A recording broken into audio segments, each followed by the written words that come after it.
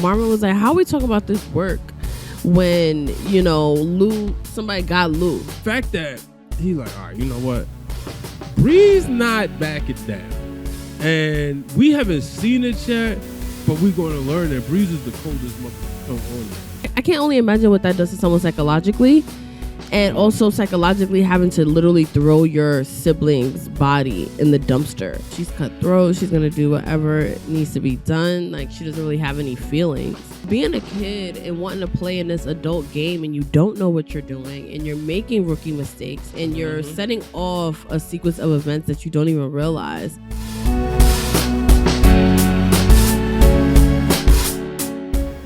Hello, everyone. Welcome back to For the Love of Power. I'm Queen PR.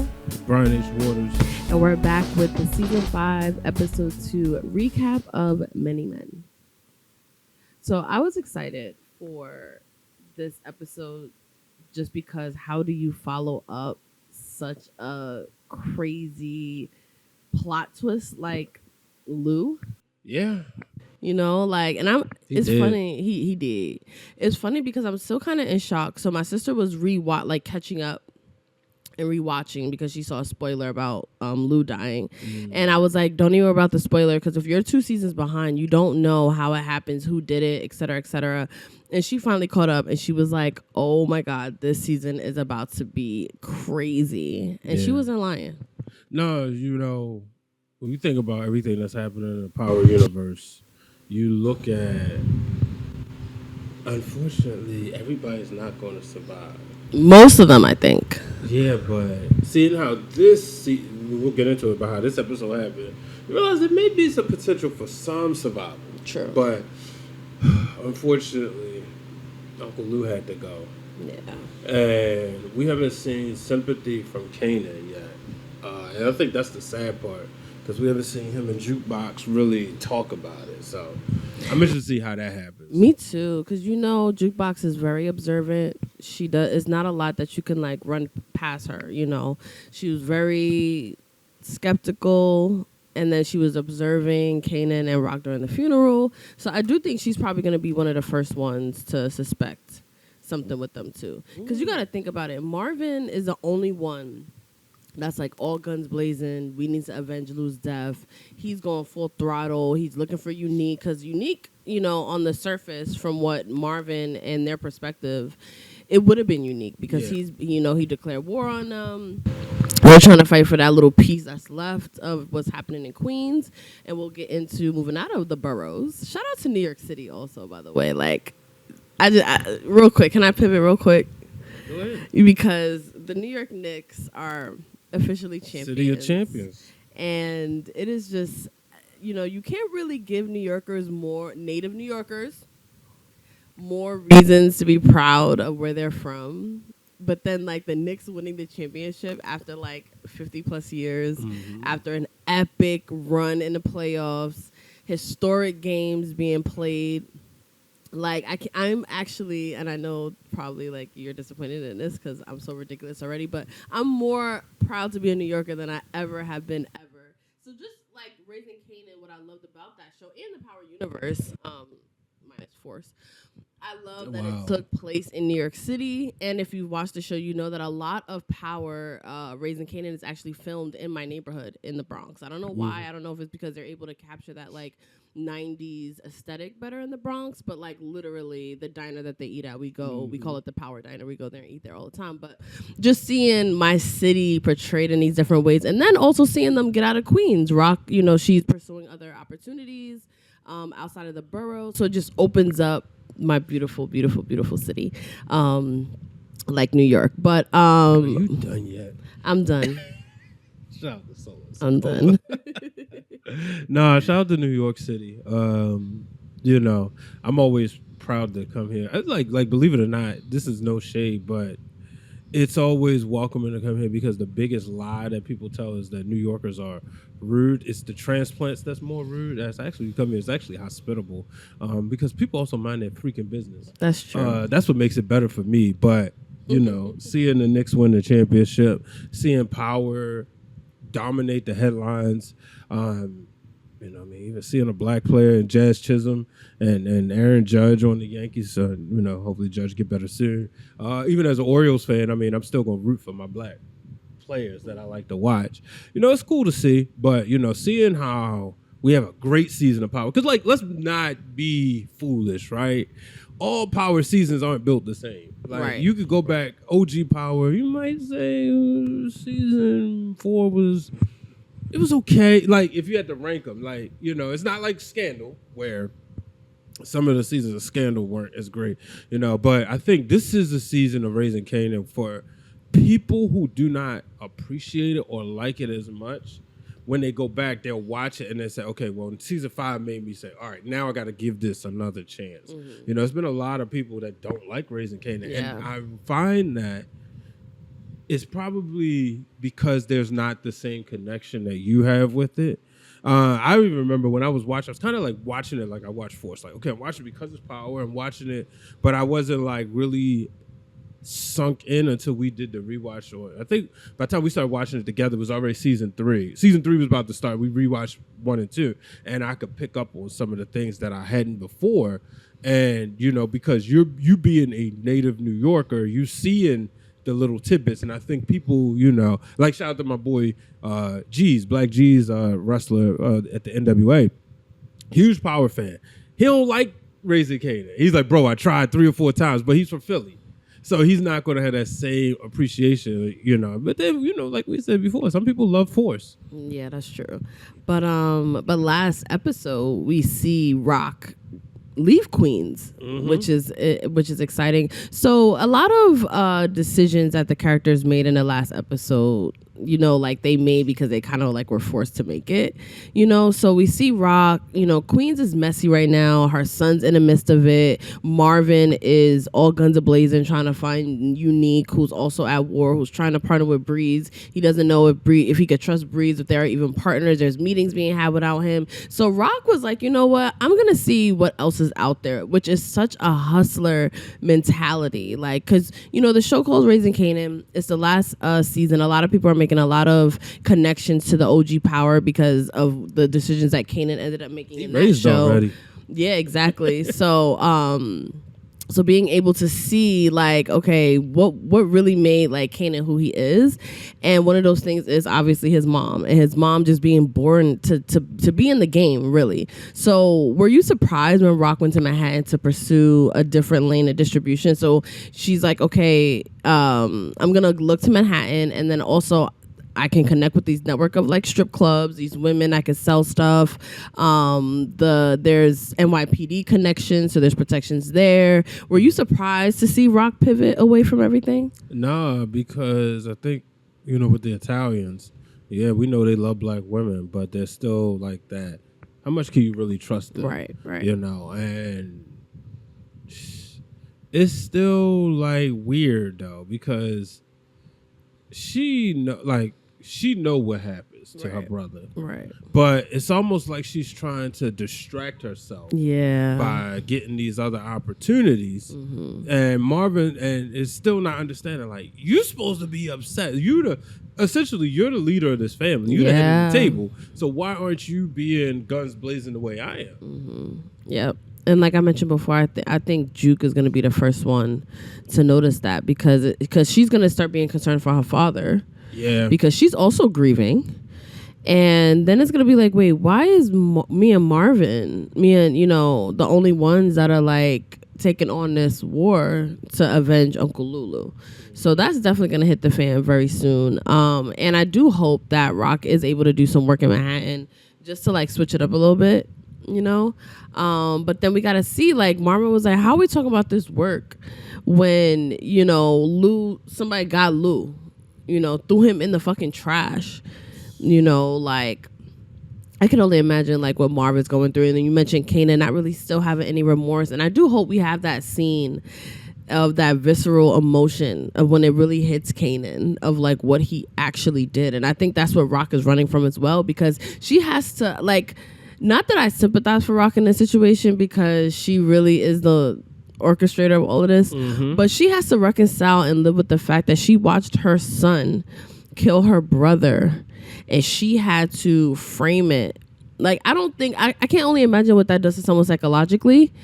And also psychologically having to literally throw your sibling's body in the dumpster and lie about it. I'm glad you brought that up, because as you was talking, the one thing I was thinking about was her mother. I don't think if she had not mercy killed her mother, she would have been able to do what she did.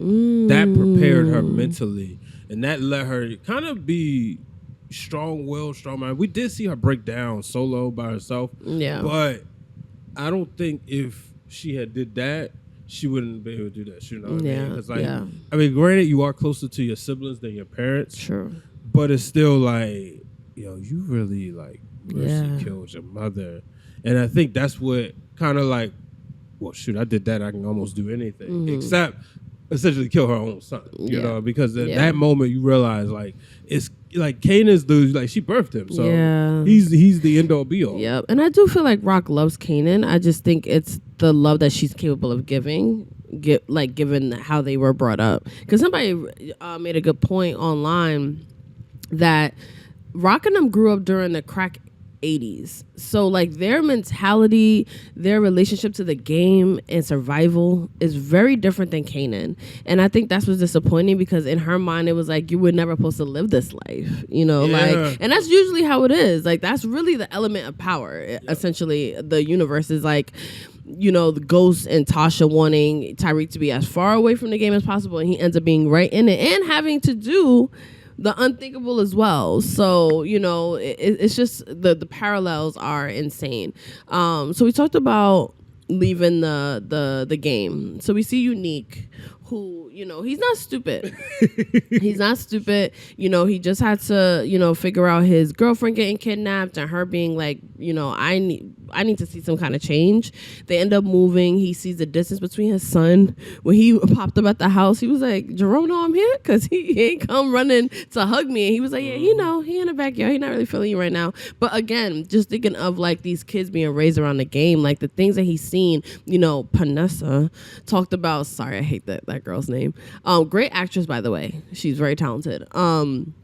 But just like the fears that he lives with on a day-to-day basis, because I don't think that these gangbangers really understand like the toll it takes on their families. Like you think that you're separating yourself from them, you're distancing yourself to protect them, but that distance also creates like fear, you know, abandonment issues, you know, a lot of different things. So like Jerome, you know, Panessa finally telling Unique, like, you know, he's always been afraid that would happen to us, and it happened to us. So now he's just trying to like figure it all out. So I think Unique really had like a come to Jesus moment where it was just like, all right, I'm getting pushed out of my business. You know, he clearly doesn't trust Breeze. He understands that. He understands it's either Breeze or Kanan or him. So he, you know, ends up driving away, and it looks like he's getting out of the game. Do you think that's the last we see of Unique? I think I kind of want to say this is the last we see him in this Power book. I feel like we'll see Unique in Origins. Everybody don't gotta die. I would love that. Yeah, shout out to the homie 2 Chams and his over the Big Gold Belt Media. I was, you know, taking a listen. Love him. Over there, and I was, you know, agreeing. I was like, yeah, I don't think everybody gotta die, but I definitely don't think Unique. I think the Joey Badass as an actor has so much range. Yeah. And I think you kind of want to keep him around. You want to bring some elements over. Right. But I do like Unique leaving. First, I thought about Dre. I thought he was going to take that one last turn. Like, okay, I'll be back. You know, especially when he... Because I honestly thought when he gave his son a kiss, I thought that was it. Me too. I thought that was it. He was going to go about his business. That was going to be it. Also, seeing how fast like he got sold out. You know, money talks. But him leaving, I said, okay, that's smart. Because, I mean, you think about it. He sees what the Italians are doing. And Unique is smart. You don't cheat death by being dumb. Right. And Ronnie was his brother. So, you know, and then he was able, like, nigga, out of all them dudes on there, he was the only one able to get with Rock. Right. So it's a lot of stuff, like, a lot of layer, you realize how smart he is. So the fact that he like, all right, you know what? Breeze not backing down. And we haven't seen it yet, but we're going to learn that Breeze is the coldest mother on there. So Unique, like, he could kind of like push Lou around because he knew at the end of the day Lou wasn't in charge. He knew Kanan's a child. And even when he pressed on Kanan, he said, well, you ain't trying to kill me. You know something. Hey fans of the Power Universe, we want to hear all of your theories and hot takes on the latest episode, so please leave a message on our hotline 443-457-3179 and be a part of the show. Yeah, Juke having to say goodbye to everyone that is close to her, has always been like really heartbreaking. So when she has to have that hard conversation with Aisha and say like, this is the reality of my life, and for your protection, we're probably not gonna be able to be friends anymore. Yeah, when you talk about her friends, right? So having that conversation with Aisha was crazy. But with the police showing up and her parents, right? Like, I felt so seeing Aisha's parents sit there, had that conversation with her, sort of, with the police, in that situation, I'm like, you don't snitch, but we need to get out of here, and you don't need to be dealing with her no more. No. Were you surprised that Juke said? No, I wasn't. But I will say Aisha definitely held it down for Juke, definitely, because you don't want to also go chatting too much. But also, Aisha doesn't really know anything. If we really, being honest with, about that. But also, she just say like it was really the police that has been harassing Juke, and if I had kids and one of their friends was doing something to where like we all had to get hauled in an interrogation and get interrogated, you're not seeing that person anymore either. So and Juke just being one of probably the only realist in that family and just being able to just think about how it really is regardless of how you feel about it, she knew she had to say goodbye to Aisha. So like I wasn't surprised at all. Sucked though. And I think this is where we see the beginning of the jukebox that was very ruthless. Damn near hated, right? Because all right, what was your feelings when you first met Jukebox? Let's say, what was that, season 3? I think it was season 3, season 4. When you first met Jukebox, what was your feelings on her? I was like, wow, she's like cold-hearted. She's cutthroat. She's going to do whatever needs to be done. Like, she doesn't really have any feelings, a heart. And you could see it, like, that light in her eyes just slowly, like, in this current season of Raising Kanan, in her and Kanan's eyes, you could just see it, like, slowly just dwindling. All right, so knowing that you knew that, what was your thoughts on Jukebox when you first met her in Raising Kanan? I was like, oh, the sweet little, like, her and Kanan seem like teenagers. Like, they seem like they're just innocent, just trying to figure things out. They still seem happy, full of life, full of joy and hope. And now it's like all of that is gone.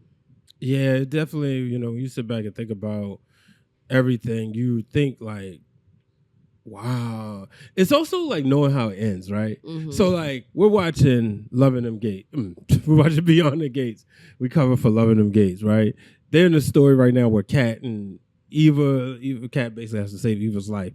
If we knew how this would end years later, it may make us look at it differently. But we don't know how this ends. We know how it's going to end between Kanan and Jukebox, unfortunately. Yeah, we do. But yeah, so I do feel like Juke is the one that kind of knows it all. Like she's been the one that's been calling what's going on. Like she sees it before anyone else can see it. She understands everyone that's involved. She understands like every member of her family and what motivates them. And she, she's the one that knew that there was some shit going on between Rock and Kanan. That's why she even called Lou in the first place. But she also saw that Snaps and Pops was not the people that they need to. She was like, why are we at this old head party? Why are you associating yourself with these old heads? These old heads. So, and I think, you mentioned previously, like, would she be the one to take them out? Yeah, I hope so. I really do. Like, come on, Juke. Like, we shouldn't be rooting for this, but goodness gracious, you took out, who's her? Didn't she take, she took out the person who was about to kill her father. So, it's always like when you watching these shows and you see that one person get their first body, like, it's like, uh-oh, now you got one. You just gonna let that happen. You just laughed at me. I mean, whatever, But it might be time for them to go, though, because they have been pulling the strings, manipulating everyone involved for so long. And at some point, it's going to have to hit the fan. Yeah, definitely. So, I think it happens. Woo, it happens soon. I Very think so soon. too. And they're the masterminds. Like they knew that bringing Breeze in would either squeeze Unique out or squeeze Kanan out, Mhm. and it's worked so far because we see like that might be the end of Unique, in the show for now. So, but again, yes, I was smart because then they don't have to do anything. You know, they kill Famous and Crystal, and because of everything that they know about Kanan and his mom, they're able to manipulate him and orchestrate that to put him where they want him. And I think it's going to be like what I said before, it's going to be Juke to see that, and she's going to be the one to take them out and get a lot of gratification from it. Yeah, bye-bye old heads, hopefully. Bye-bye old heads. Will we have a memorial for them? Me and you?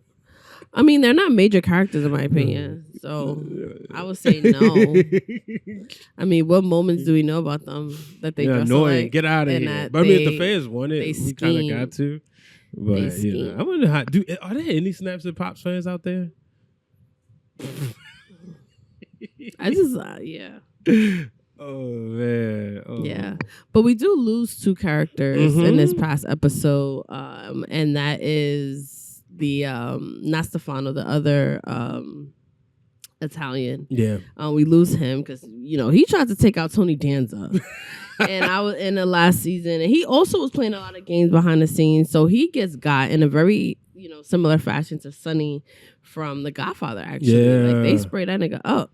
Nah, it was cool though, because it was cool in episode 1 when we saw Stefano was still living. It's like, yes, he made it. He made it, because I thought he was done. Yeah, and they had to do something. They had to do something with that because it was like everyone is wondering. Phil Russo definitely has to answer for something. Yep. So I am glad, and also Stefano knew like. It was suspicious that I was meeting up with the ops alone, and I almost end up dying. So they had to do something. They had to retaliate. But that's only going to heighten the wars between Queens and Manhattan. Yep. So I'm very intrigued to see where that goes. And then you got Marvin, who's still on his revenge war, and he kills Akbar because he believes that they know something about Unique. That's true. Because he thinks that Unique killed his brother, which is not the case, but he ends up killing Akbar and a whole bunch of other people. So that's not going to end well either because Marvin's going to want somebody's head on a stick. Like John Wick, shorty. Facts. I think I feel bad for Marvin more than anybody. Yeah. And the reason is because you look at somebody who that's his baby brother, right? He's the oldest. They had their ups and downs, but he protected him, right? Remember, think about the conversations about the grandfather with stuff that Marvin saw that Lou didn't see. And, when you're the oldest sibling, it's your job to protect. Like, even as like in the cousins, right? Like, so when my grandmother passed away, I knew it was my responsibility to make sure because it was me and my sister for 12 years. Then all of a sudden, here come my uncle started having babies naturally. Like we had other cousins who were into the family, but it was my responsibility as the oldest. Like I'm the captain of this ship. I used to tell my cousin Coley when she was a baby, I'm the captain of this ship. I have to make sure they know her legacy, right. Who she was. That was Marvin, and watching like, they were rubble, but this man ran in a burning building for his baby brother, and it's just the guilt of not being there to protect him. What do you think is going to happen when he learns that Kanan Starks, his nephew, you're gonna try to get him? You think so? Is that easy? Yeah. Because Marvin also has been telling Rock for years now, seasons now, like you got to do something about Kanan. You got to do something about Kanan. You got to do something about him, and he hasn't done. And now he's done this, and then also just the anger with Rock, like how you ain't saying that, how you didn't tell me, like you had me believing this, you had me going around town doing this. So I feel like he's gonna think like, yo, this is the only way to even things out. But we all know Kanan don't. Obviously he survived. So then the real question is what happens to Marvin when Marvin finds out. I got a feeling he would actually take out Rock. Because that, like you said, to even it out, the revenge. We'll soon find out. That would be a swerve. It would be a swerve. And it's just so sad because like from season 1, Kanan has been a catalyst to all of the messiness and the drama, and just like that parallel with Tyreek, where it's like being a kid and wanting to play in this adult game and you don't know what you're doing and you're making rookie mistakes and you're setting off a sequence of events that you don't even realize. The show's called Raising Kanan, but it was like, Kanan, it's his fault. And mostly everything. I hate to say, like, it all comes back to something that he did foolishly, so I'm very intrigued to see like how he ends up becoming the one in charge. How does his partnership with Breeze end up turning out? Does he fully will he ever fully get on board with his mom again, knowing that she may or like there's more of a possibility that she wasn't involved in Famous and Crystal's death now. So we have that. So there's a lot of like questions that need to be answered. It all comes down to Kanan. Kanan Starks. I want to know, what questions do the people have? Yes. That's why we have that hotline. Yeah, hit that hotline. We got love from somebody. I wish I remember his name, but he just basically told us, he hit the hotline, told us how much he loved the show. Nice. But yeah, we want to partake in the conversation. Bring the conversation from social media on to the hotline. We'll play it on the show. We'll talk about it. I want to know what people feel about. Do they think Unique is coming back? It's like. Joey, the break, go past the fourth wall. Joey Badass made it known. Like, people's like, nah, get off that tour. We want you. Right. We want that character back. And I think he's done, this is the last we've seen of Unique on the show.